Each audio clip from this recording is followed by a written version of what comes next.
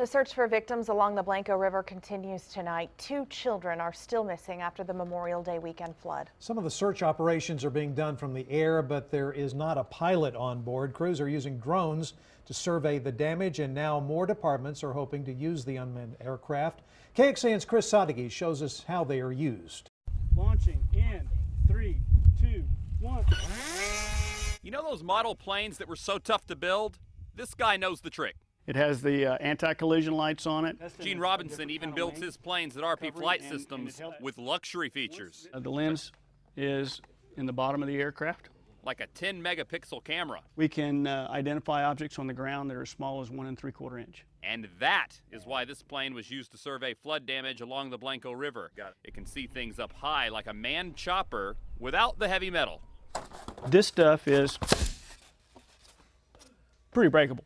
Its wings are built from the same thing as a disposable ice cooler. And everybody goes, why did you just ruin a perfectly good wing? You know what? I can glue that back together and it'll be just fine. It might start with simple materials like styrofoam, but by the time Gene is done, it's a valuable tool, one that's caught the eye of the Austin Fire Department. Depending on how we use it, we might be able to take firefighters out of harm's way. Austin Fire's Red Team got a demonstration Wednesday. They're doing research because they think unmanned planes could save time, taxpayer money, even people.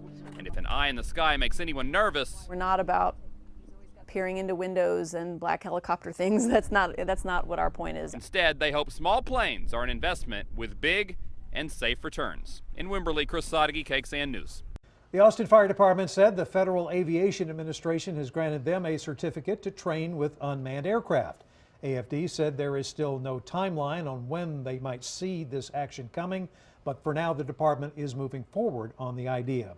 AFD also has a special unit that is dedicated to using new technologies like drones.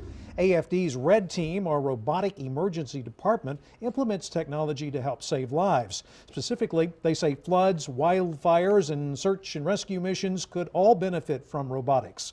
Right now, they test ground robots capable of being used during hazmat calls, building collapses, and rescues in confined places.